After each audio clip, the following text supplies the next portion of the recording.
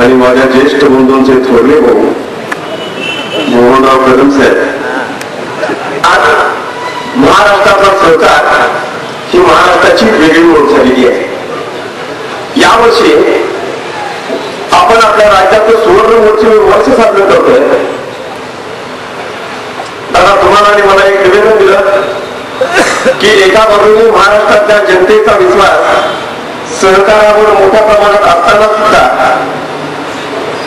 आज दुर्दैवाने एका बाजूने बँका बंद पडतायत, सूतगिरण्या बंद पडतायत, पतसंस्था बंद पडतायत, कारखाने बंद पडतायत.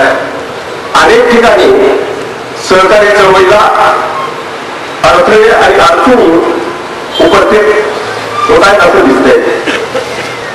अनेक वेळा सहकारामध्ये काम करणाऱ्या नेत्यांच्यावर दोषारोप केला जातो, पण महाराष्ट्रातल्या सहकारी संस्थांचं खऱ्या अर्थाने मूल्यमापन केलं तर ही गोष्ट आपल्याला नाकारता येणार नाही की काही वेळा मॅनेजमेंटने चुकीचे निर्णय घेतले.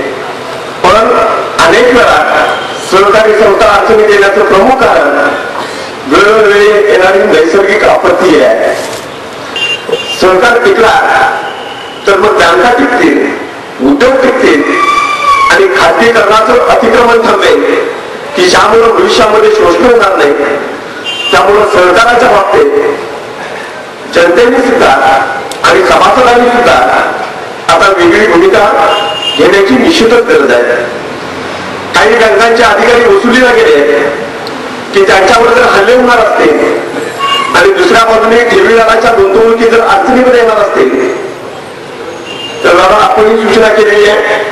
मी ठामपणाने सांगेन की ऐकत असताना सुद्धा जे कर्जदार पतसंस्थांचे किंवा सहकारी बँकांची कर्ज भागवत नाही त्यांच्या बाबतीत प्रसंगी पोलीस बंदोबस्त देण्याची भूमिका स्वीकारावी लागेल तर लोकांच्या ठेवी सुरक्षित राहतील.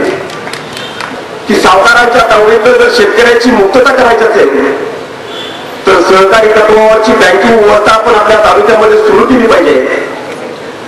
की नुसतं पाणी वाढवून शेती वाढत नाही. शेती जर वाढायची असेल तर शेतीला पाणी तर मिळालंच पाहिजे.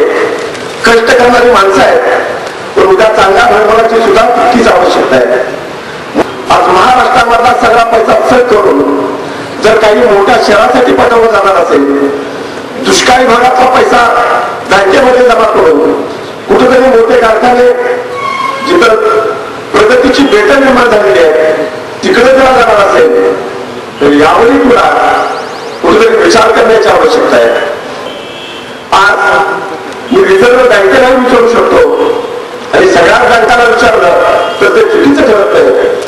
देशामधल्या बँका ह्या मोठ्या माणसांनी जास्त बनवल्या का गरीब माणसांनी जास्त बनवल्या या तुझं उत्तर शोधायचं झालं तर पाण्याने जेवढं बनवलंय तेवढं गरिबांनी कधीच आणि कुठंच बनवलं नाही. पण गैरविश्वास मात्र गरिबांच्यावर दाखवला जातो.